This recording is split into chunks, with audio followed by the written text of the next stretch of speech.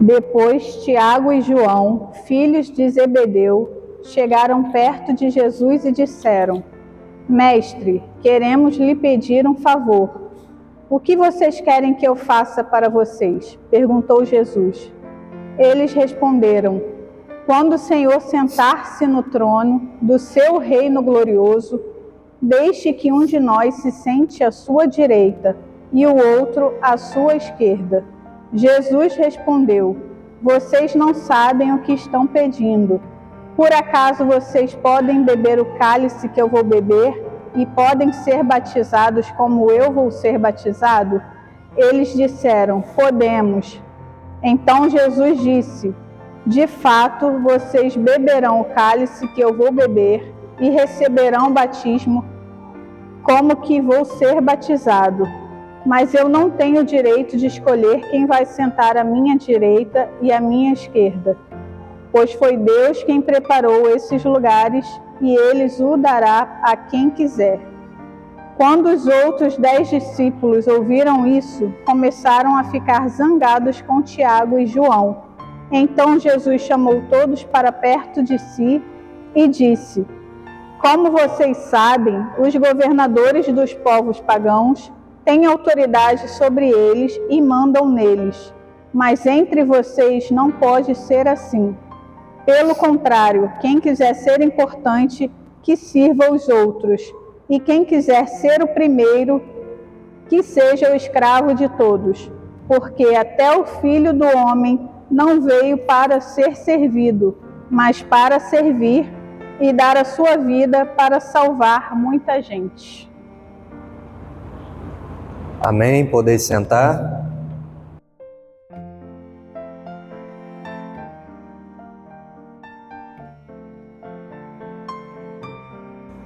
Que a graça de nosso Senhor Jesus Cristo nos encha de sabedoria e nos ajude a compreender a sua mensagem. Em mãos o mandamento do amor para esgotar o cálice da ira. É um título bastante destacado, talvez nos leve a tentar compreender por que o termo ira estaria no título da mensagem para o Evangelho. Em mãos o mandamento do amor para esgotar o cálice da ira. O mandamento do amor, a nossa irmã reverenda Eliane Breda falou muito bem no último domingo. E é nessa trilha que nós queremos hoje refletir em cima desse Evangelho, também procurando apoio naquilo que o Apocalipse também nos trouxe. A ira de Deus em Apocalipse 14, 6 a 13, é anunciada diante da queda da cidade de Roma, que ali é descrita como a Grande Babilônia. Então isso nos ajuda a compreender melhor que tipo de cenário nós estamos diante. Mesmo com o fim de um império ou regime fascista, há pessoas que permanecem adorando a meritocracia, o dinheiro e o poder. Até mesmo o oprimido foi ensinado a sonhar em ser opressor. Nós conhecemos essa situação. Qualquer lugar, país, empresa, família que passa por um período de opressão, há pessoas desse grupo que após esse período assumem por terem aprendido de alguma forma o desejo de serem então os opressores. E a gente percebe que em fins de ciclos de opressão ainda existem pessoas oprimidas que assumem certas atitudes que a gente às vezes não entende. Como é que essa pessoa que foi vítima disso agora ela faz esse mesmo tipo de atitude ruim com outras pessoas?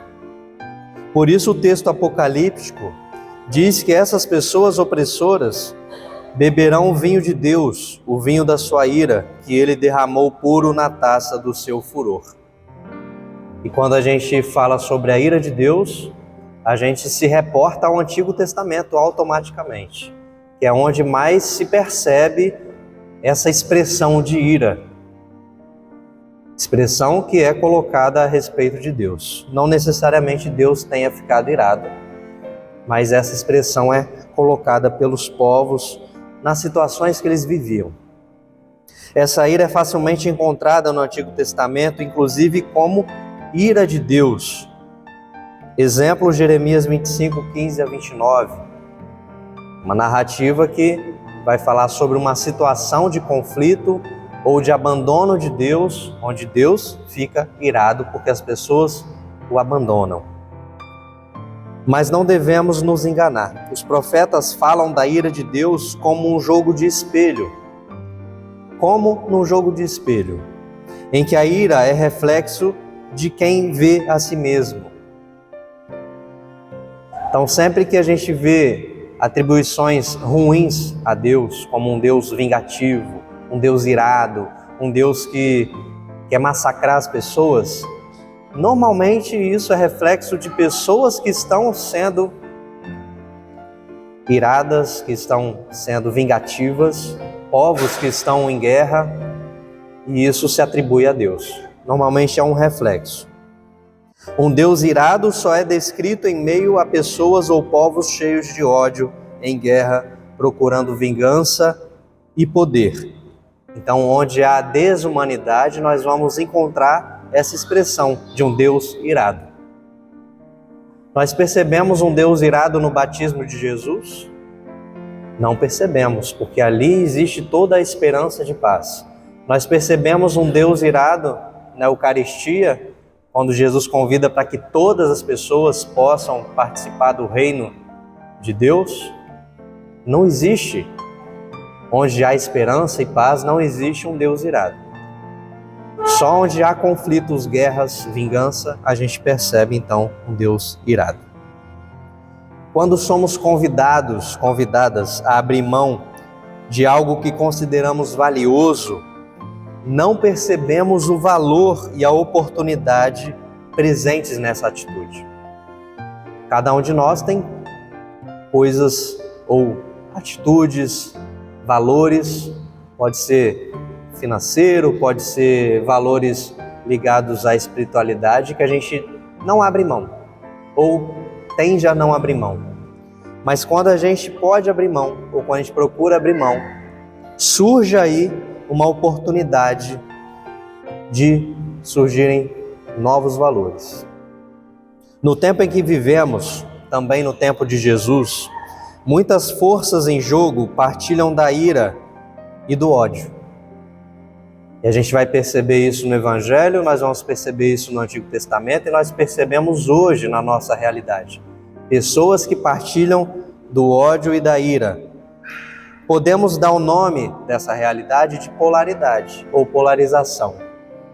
Mas na verdade são muitos polos. Cada pessoa, cada grupo, cada povo defende seus objetivos particulares, mesmo que para alcançar êxito o outro acabe sendo prejudicado ou eliminado. Então, nas nossas relações, tanto nas nossas relações dentro da comunidade, da família ou entre países, nós vamos perceber que há interesses em jogo e por causa desses interesses, as pessoas, os países chegam ao ponto de eliminar os outros, que eles consideram então adversários. E no Evangelho de Jesus, hoje, lido aqui, nós percebemos que esses ingredientes de conflito, de ira, de confusão, eles aparecem.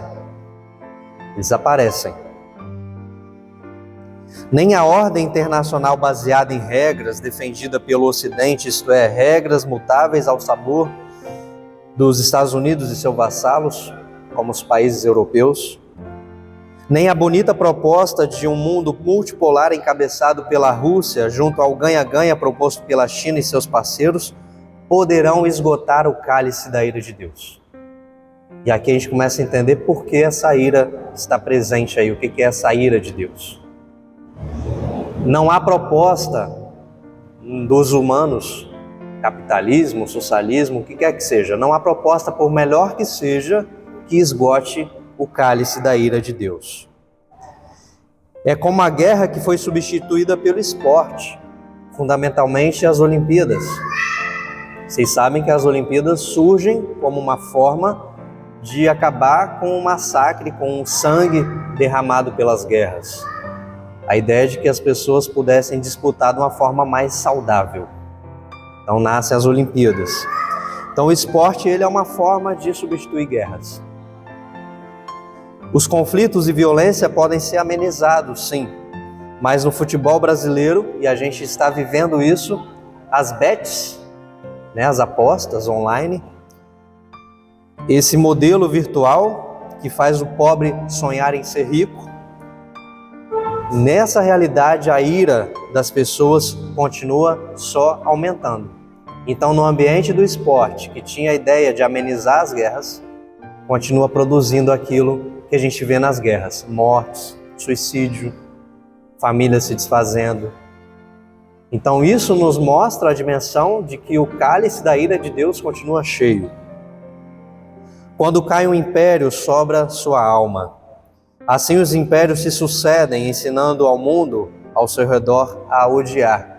Se você procurar no Google, que seja, o surgimento dos primeiros impérios na antiguidade, até chegar em Roma, ou até chegar nos impérios modernos, vocês vão ver que eles vão assumindo aquilo que os outros impérios foram deixando de legado, e principalmente o legado da violência. Então os impérios eles vão se sucedendo e dando ao mundo o sabor do ódio e o sabor da violência. Sem conversão das consciências e os corações, o ódio que alimenta a existência dos impérios de dominação, esse ódio brota e suas raízes se aprofundam. Então existe uma luta que Jesus está tentando fazer com que as pessoas compreendam que existe uma luta que em muitos ambientes religiosos falam que é uma luta espiritual. Mas não, é uma luta real de confronto entre corpos, de confronto entre nações, de confronto entre famílias. Há uma luta onde existe de um lado o ódio, a ira, e onde existe de outro lado um evangelho que proclama o mandamento do amor. É diante dessa realidade assustadora que Jesus ensina que ao abrir mão de algo falsamente importante, tem-se a mão livre para novas atitudes. Abrir mão de algo que a gente considera importante, às vezes é falsamente importante, nós temos a oportunidade de uma mão livre para novas atitudes. Então aqui que a gente percebe os discípulos no Evangelho. Os discípulos não compreendem isso. E quando você abre mão de certas ambições, você tem a mão livre para atitudes novas. Eles insistem no sonho do oprimido em se tornar opressor, até porque são vítimas da dominação dos romanos, dos fariseus, dos saduceus, ou das ideologias e modo de viver dos essênios ou dos zelotes. Os discípulos estão mergulhados e estão também pressionados por diversas formas de opressão. Algumas têm algumas propostas interessantes. Os essênios, os essênios, eles trabalham com a ideia de se isolar e de viver em paz, em comunidade, partilhando. É uma ideia boa, mas que eles querem só para eles. Aí tem o individualismo, que gera ódio nos excluídos. Os zelotes também têm uma proposta interessante de resistência, só que eles querem que o império acabe por meio da violência. Então são propostas que não servem para o resgate da humanidade. Então carregam o histórico de um povo perseguido, os judeus, os hebreus no caso, escravizado e frequentemente dividido e segregado pelas manipulações religiosas e lideranças negativas. A gente vai perceber na história do povo de Israel, na sua formação, como eles foram manipulados, divididos, como que eles foram pressionados por tantos modelos de existência. Eles podiam ser tribos, mas depois viraram monarquia, e nada disso melhorou a condição de vida deles. A meritocracia, então, faz parte desse caldeirão do ódio e de ira. A meritocracia, o dinheiro, o poder, se destacam nos desejos dos discípulos refletindo o sentimento que contaminou os seguidores e as seguidoras de Jesus para além do núcleo mais íntimo.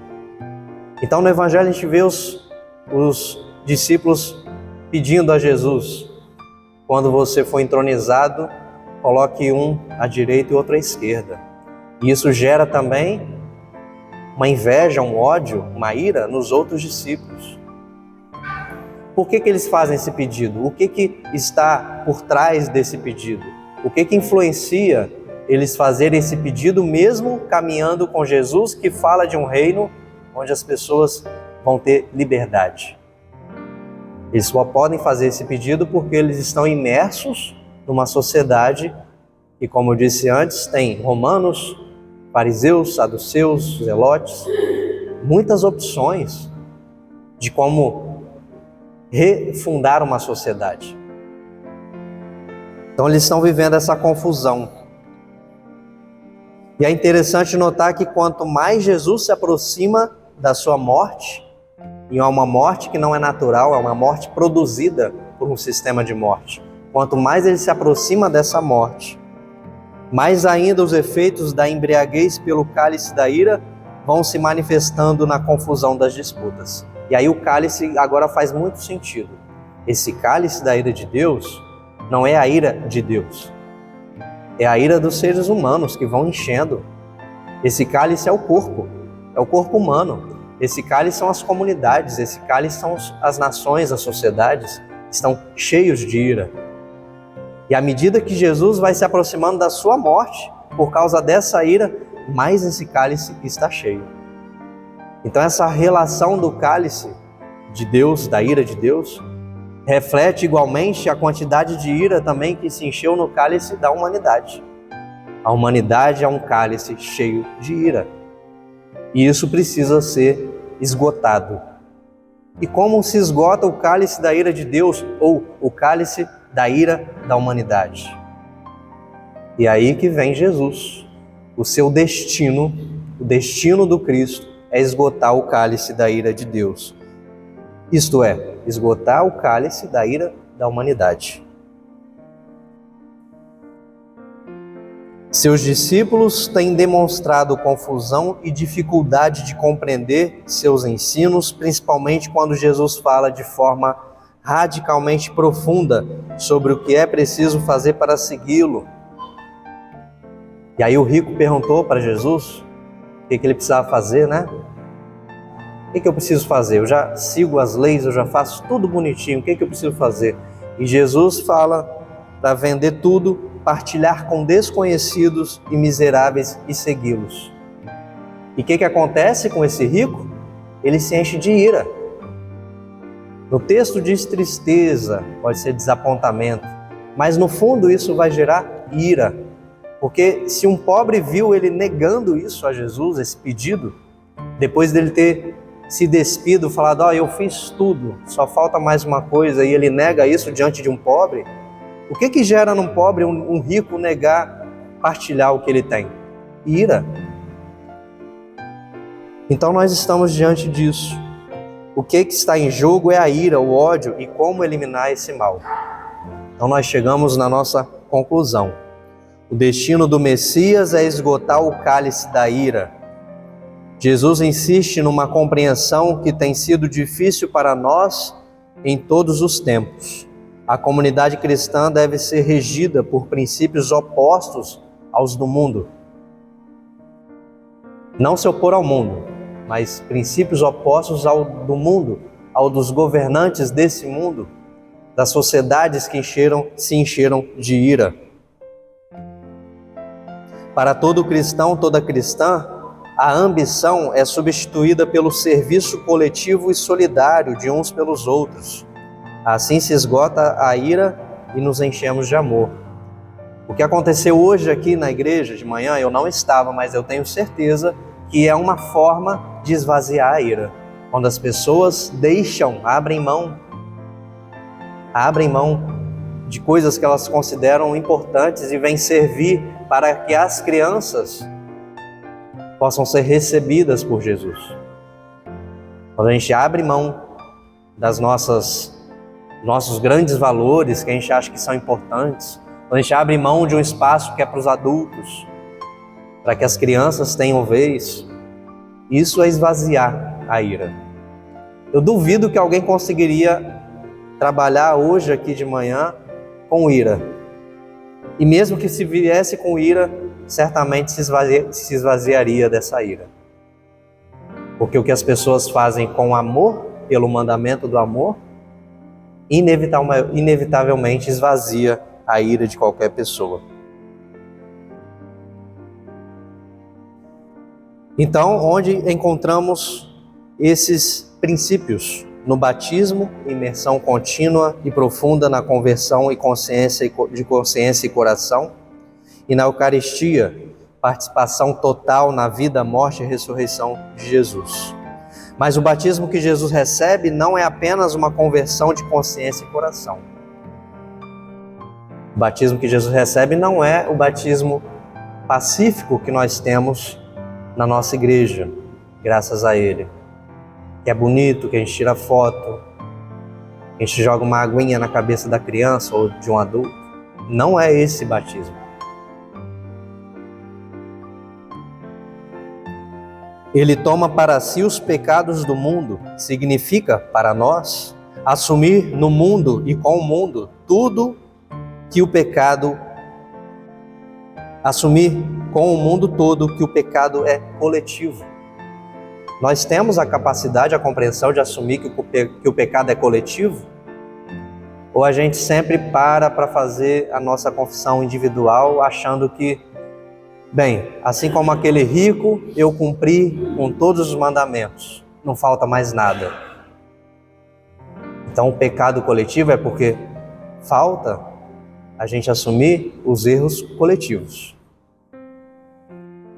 Assumir o erro pessoal, a dificuldade individual, isso cabe a cada um, logicamente. Mas os erros coletivos precisam ser assumidos.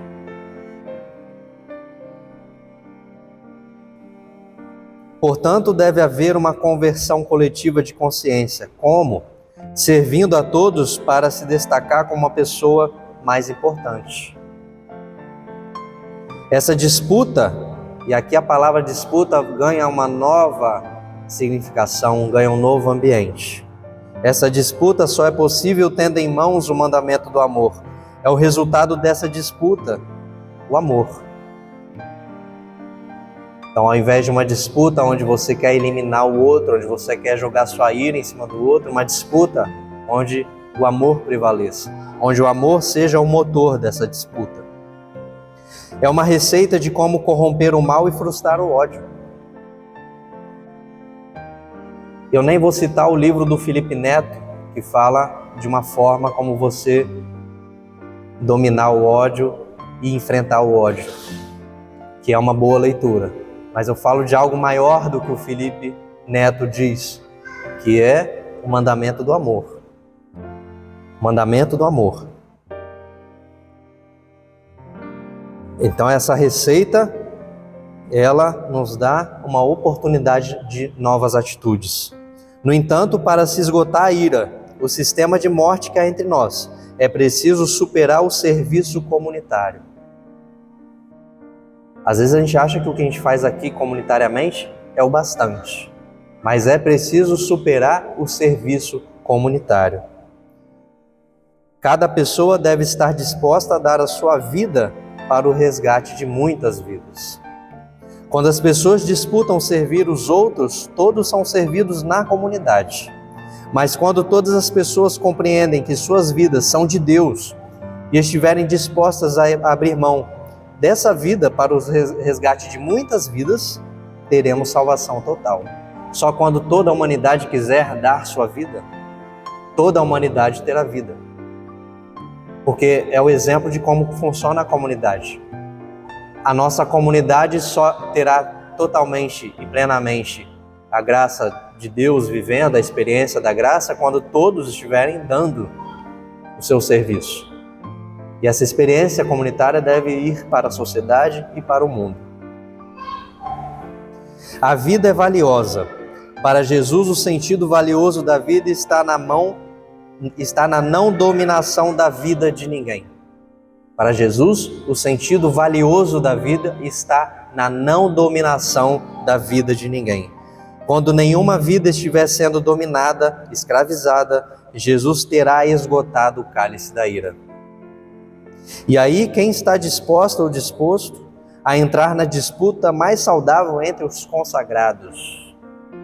A disputa mais saudável entre os consagrados.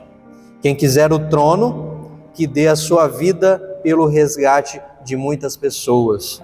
E que todas as pessoas queiram disputar o trono na perspectiva do mandamento do amor. Amém.